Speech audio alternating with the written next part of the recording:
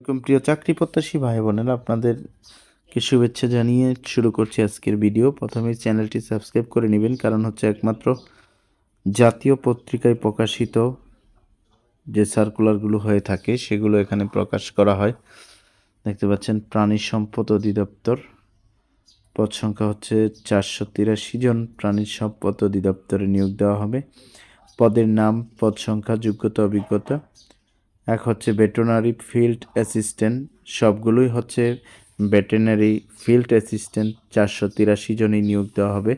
বিজ্ঞান বিভাগে যারা এইচএসসি বা সমমানের পরীক্ষায় উত্তীর্ণ, ভেটেরিনারি ট্রেনিং ইনস্টিটিউট বা লাইভস্টক ট্রেনিং ইনস্টিটিউট হইতে সংশ্লিষ্ট বিষয়ে 1 বছর প্রশিক্ষণপ্রাপ্ত এবং প্রাণী সম্পদ অধিদপ্তরের ক্যাডার বহির্ভূত গেজেটেড কর্মকর্তা এবং নন গেজেটেড কর্মচারী নিয়োগ বিধিমালা 2023 তফসিল 2 অনুযায়ী গৃহীত পরীক্ষায় উত্তীর্ণ তারা এখানে আবেদন করতে পারবেন।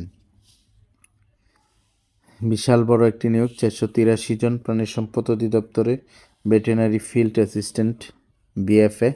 আপনারা যারা আবেদন করতে চান, বয়সসীমা হচ্ছে 18 থেকে 32 বছরের মধ্যে থাকতে হবে এবং হচ্ছে আবেদনের শুরুর তারিখ হচ্ছে 17/11 থেকে শুরু হয়েছে সকাল 9টা থেকে। আবেদন শেষ হবে 18ই ডিসেম্বর বিকাল 5টা পর্যন্ত। তো সুতরাং সময় এখনও আছে, ডিসেম্বরের 18 তারিখ পর্যন্ত। আপনারা যারা এখনও আবেদন করেন নাই, অতি তাড়াতাড়ি আবেদন করে ফেলুন প্রাণী সম্পদ অধিদপ্তরে।